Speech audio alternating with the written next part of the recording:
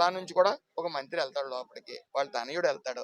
అలాగే ఈ ఉమ్మడి తూర్పుగోదావరి జిల్లా నుంచి ఒక అవినీతి ఎమ్మెల్యే, మాజీ ఎమ్మెల్యే తిమింగలం ఒకటి బయటకు వస్తుంది. మరి అలాగే నేను ప్రశ్నిస్తా ఉన్నాను, గత 5 సంవత్సరాలుగా రామచంద్రపురం నియోజకవర్గంలో చాలా అవినీతి జరిగింది. ఆ అవినీతి పూర్తిగా నా దగ్గర డేటా ఉంది.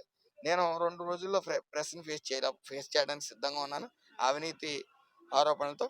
మరి ఆయన బోస్ గారు తీసుకుని వచ్చిన మనిషి వేణు గారు తీసుకుని వచ్చిన తర్వాత ఆయన అంత అవినీతి చేస్తుంటే ఆయన మౌనంగా ఎందుకు ఉండాలి? పోరాడాలి కదా. తండ్రి కొడుకు సైలెంట్గా ఉన్నారంటే ఓటాలు పంచుకున్నారు. దీని మీద పూర్తి ఆధారాలు మీ దగ్గర ఉన్నాయంటారా? ఆధారాలు ఉన్నాయి. వాళ్ళ అబ్బాయి తండ్రి 18,50,00,000 నిమిత్తం ఆధారాలు ఉన్నాయి. అయ్యే జగనన్న ఇల్లు సైట్లో 25 సెంట్లు వాళ్ళ బంధువుల పేరు మీద రాసిన ఆధారాలతో 10 సెంట్ల ఆధారాలు నా దగ్గర పూర్తిగా ఉన్నాయి.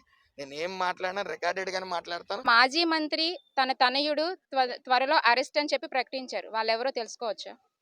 మంత్రి వేణు, మాజీ మంత్రి వేణు వాళ్ళ తనయుడు. చెప్పాను కదా, ఇప్పుడు మొత్తం ఆధారాలన్నీ క్లియర్ గా ఉన్నాయి. ఆధారాలు ముందుకు పెడతాను.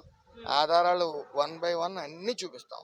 ఏ ఆధారం చూపించి ఏసీబీకి అలాగే విజిలెన్స్ కూడా ఇవ్వడం.